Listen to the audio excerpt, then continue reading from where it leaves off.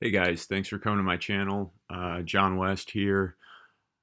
I wanted to do a video today about Southern Copper Corporation. I took a position in this stock on Friday. I actually took a starter on Thursday, and then Friday the stock just dumped 10%. My main thesis is stronger copper prices. I've tracking a count on copper that basically shows us bottoming or already having bottomed and headed to new highs in the coming year. This is definitely contrary to normal public speak with all the issues around China slowdown, etc. Anyway, not really a video on copper. So I started really digging into Southern Copper Corporation because instead of trading copper futures, I thought I might try and trade a move in copper based on some of the copper miners. I do like gold and silver miners a good amount. That hasn't been a good trade the last few years. However, figured I'd look into this stock, and you know I took a position Friday because that's kind of how I do things. Anyway, digging into the company. I just read their most recent conference call. Looked into, the big news right now is Mexican miners are hit because the government may take a stand for the indigenous people and more, the native population, anti-corporation type of things. Read a couple of these articles. Feel free to read them. I'm not going to go through them here, but this news has caused a 10 to 20% drop in a lot of the Mexican miners. Anyway, in this article from Bloomberg, they even did have one of the Morena Party, which is the party that's for the people, come out and try to tone down the negativity. Because at the end of the day, I mean, Southern Copper Corporation's owned by Grupo Mexico. They're the third largest company in Mexico, at least based on this article. I don't think Mexico's really looking to completely make things difficult for their third largest employer. Anyway, some numbers. One of the things I found interesting, the largest growth for this company currently is coming out of Peru. So not all their mines are in Mexico. It looks like, I guess, about 70% based on some of the info I was looking at are in Mexico. So it definitely hits them. But they're looking to add 100,000 tons of copper production out of a Peruvian mine, Toquepala. They do about 1 million tons a year. In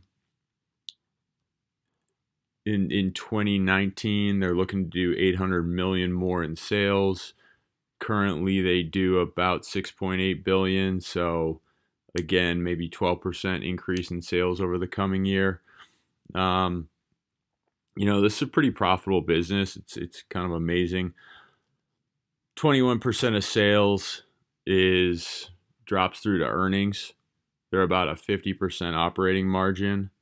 They do mine copper at a pretty cheap price. I think it's about $1.50 net of credits, and I think I've got 75 cents here if you factor in credits. Basically, the more I dug into this company, right now they're trading about 16 times current earnings.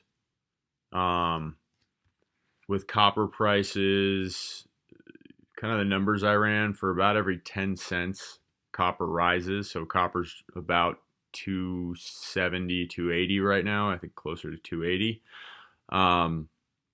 Every 10-cent rise in the price of copper seems to roughly drop about 10 cents in earnings per quarter to the bottom line. So, for example, last quarter they earned approximately 40 cents a share. 10-cent higher in copper, you're probably looking at 48 cents a share. So if copper really moves here, using rough numbers, they could effectively raise their earnings 50% just from what would that be, about a 10% rise in the price of copper. So, but the one thing I did discover, this company's not cheap. They're not necessarily overvalued. Looking at this chart, we're looking back to beginning of 2017 here. This company's trading at levels last traded at between 2015 and 2017. At that point, there was a big breakout. Ever since it peaked this year in April, the stocks got cut by 40%. That's a pretty steep correction. It's been tough to find value. That's one of the reasons I started looking into this company like 6 months ago. But at this point, with so many other charts kind of getting annihilated, I'm bullish on this stock and this company. But before I started digging in with this diligence yesterday, I thought it was a little cheaper than I feel now.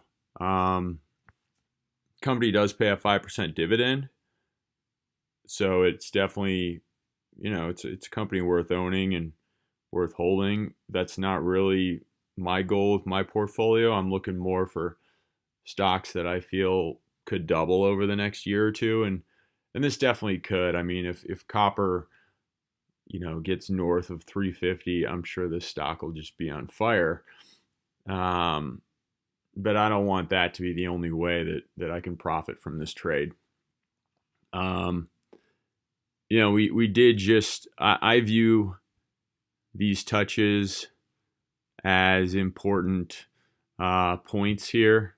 These are levels that basically have not been touched since 2016, 2017. So it's natural that we would find support there based on, basically one of the ways that I've learned to trade support resistance. However, could we go another 10% lower? Sure. I mean, I think it'd be a screaming buy anywhere between 26 and 28. But I also think Friday's low could hold and reverse. I mean, we finished the day pretty strong. I've got a completed harmonic Elliott wave count. And I didn't expect to see this much of a dump on Friday. So I could be wrong, of course, but we did close fairly strong on good volume. I'd like to see us above 32.94. Let's see. The market gets a bounce. I saw there was some Brexit news that may be favorable. Let's go ahead and look at this real quick.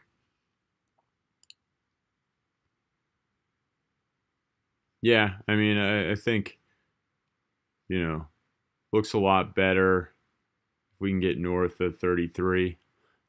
Yeah, I might take some of the long. I put a pretty heavy position on Friday. I might peel some of it off Monday. I still love companies like Yandex and Cameco are kind of my two favorites. And then Overstock.com, I've been a big buyer of lately, and that stock was actually up 25% on Friday, which was kind of insane. I actually sold about half of my position, and I'm hoping to, add back, just slightly lower prices. Anyway, first video, Southern Copper.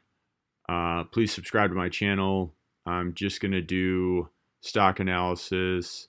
If people want to understand harmonic Elliott wave better, Castaway Trader is the best I know at teaching it, but I'd like to get more involved as well.